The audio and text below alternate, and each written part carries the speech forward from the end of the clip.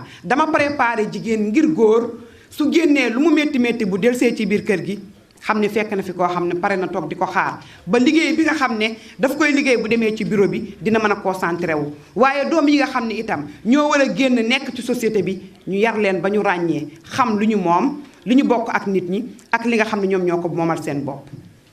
tey loolu la ñu manqué tey suñu problème mooy ñun jigéen ñi xamuñu lan la ñu moom xamuñu lan lañu bokk ak ñi nga xam ne ñoo ko bokk ak ñoom xamuñu li nga xam ne ñun bokkuñu ak ñoom ñu bàyyi leen ko ak ñoom. moo tax tey nga gis tey li ñuy dund ñu koy dund mu nekk lu doy waar yàlla nee na jigéen maa ko préparé maa ko defar pour mu nekk dalluwaayu góor dalluwaayu société ndax ci moom la société di baaxee. moo tax